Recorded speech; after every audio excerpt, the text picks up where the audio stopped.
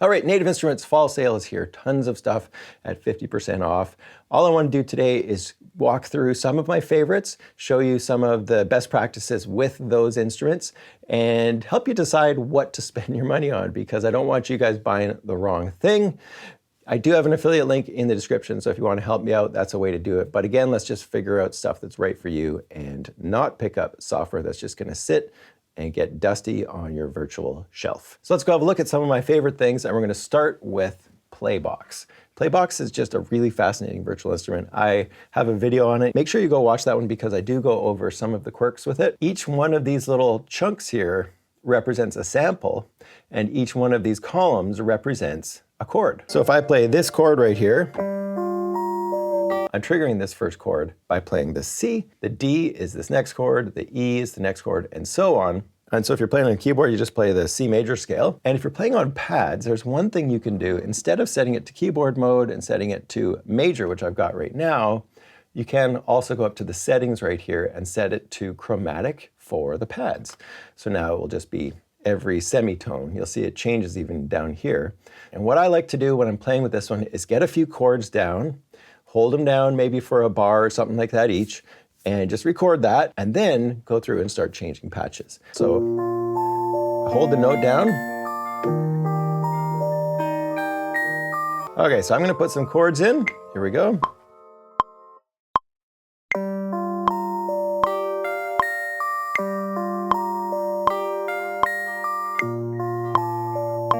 Now I can go through and try some different patches out. So let's go to Infectious, let it load.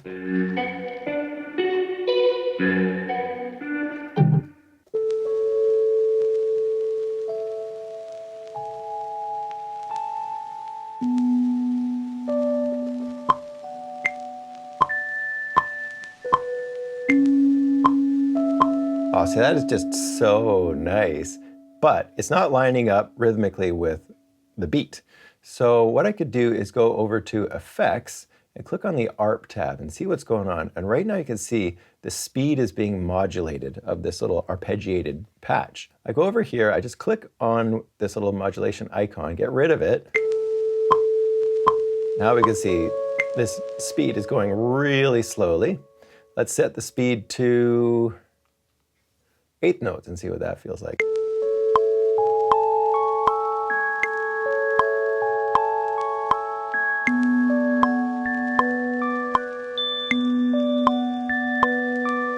But maybe the chords aren't quite working for me. Now I can go over to the Chords tab on the bottom, and I can place in my own chords.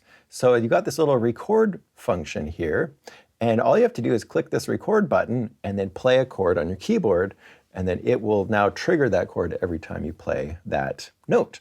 So another thing that occurred to me is if I go over to chords mode, I can use the chords mode in Machine to trigger fancy chords in Playbox. So why not? So we'll try the major 8 chord set in Machine. So that's under chords, and then you make sure you go to chord set. So now we've got some fancy sort of jazzy chords. Let's try major, let's try major 8 and see what we get. I'm gonna hit the first record button and play a chord. And it puts that major 9 chord in there. We go to the next one. Let's go to D minor 11. And then the next one we're going to go to is an F major 7, add 13. E minor 7. And then to a G7. All right, so let's get out of there, press stop. And now when we trigger the chords, make sure you go back to keyboard mode on your machine for Playbox.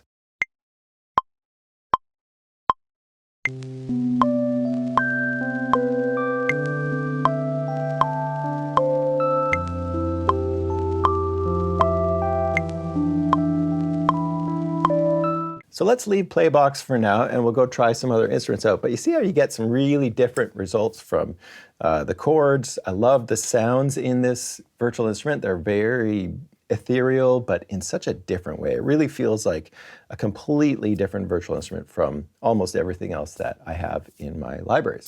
Let's go over to Crate Cuts, my favorite kit. Let's grab something random. Sleepy Kit.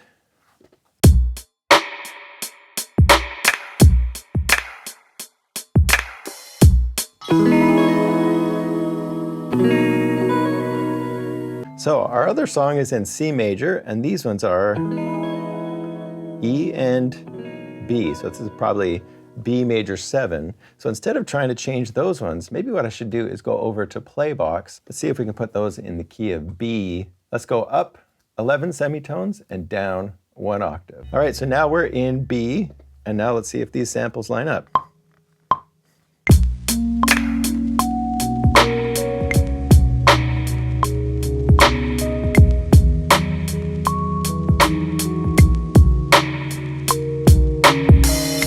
We should do we'll try another new one. We'll go to Ignition Keys. Really fantastic play instrument, one that a lot of you probably don't have if you haven't picked it up recently. Try. I just love the default patch.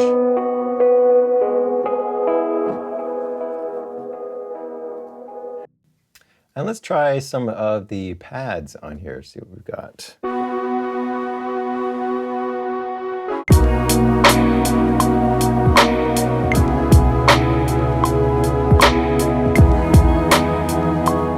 And let's add a bass sound of some sort.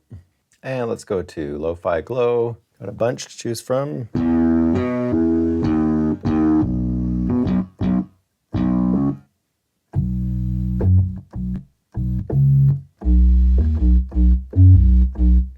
Let's take the filter and bring it down. Oh, there we go.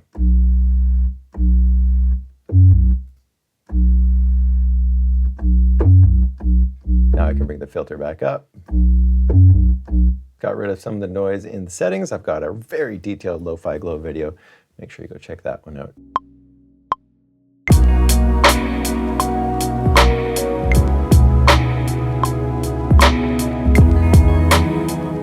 There's one note in this Playbox that's kind of driving me nuts. See if I can find it. So on this chord right here, and it's that C sharp right here, I think is what the problem is. So I'm going to click on that one and make it a D sharp. Let's see if that fixes it. Yep, that fixes it. So I had one funky note in there that was just kind of clashing with the other notes in my little idea. And then let's go talk about something that I rarely talk about, which is some of the orchestral stuff. I teach some students composition, and they're using the orchestral libraries for fleshing out these big orchestral ideas, and then putting the Stradivarius violin and string section on top of the layered big orchestra, and it sounds amazing. You get this fake sounding orchestra. I'm not a huge fan of the symphonic stuff in Contact, but as soon as you put that Stradivarius on top, maybe mix it in just a slight bit louder, it gives it a way more realistic sound. It's almost like you've got a first violinist playing in there. And this virtuoso setting here is fantastic. Like, it just sounds so good. Obviously, I would change articulations if I was doing orchestral stuff, and all you have to do is click on these spots right here, click the little ellipses or 3 dots, and then you can go and choose different articulations to have. And if I play a little bit harder with my velocity, I get this portamento transition between the notes. Hear the difference? Versus.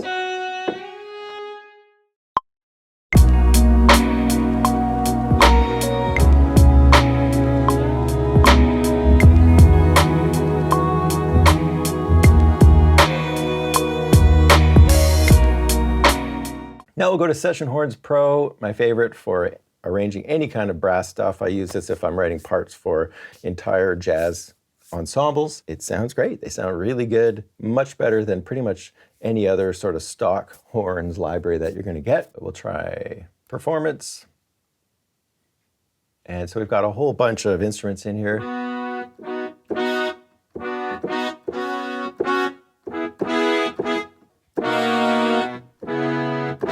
Sounds really nice. Let's try some of the presets, and then let's try soft and mellow. Whoops. And you can see how we're getting different arrangements of saxophones and stuff here.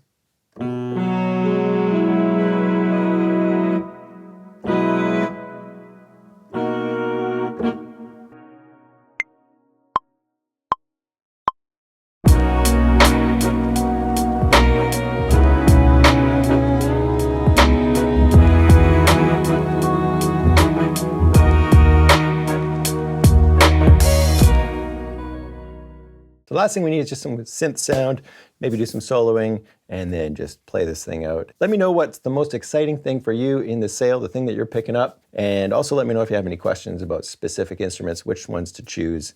And if you're new here, hit that subscribe button and the bell, and I'll see you in the next video. For this one, we'll go for another brand new instrument, 40's very own keys. Got a video on this one, and let's just go to the leads and see what we can find.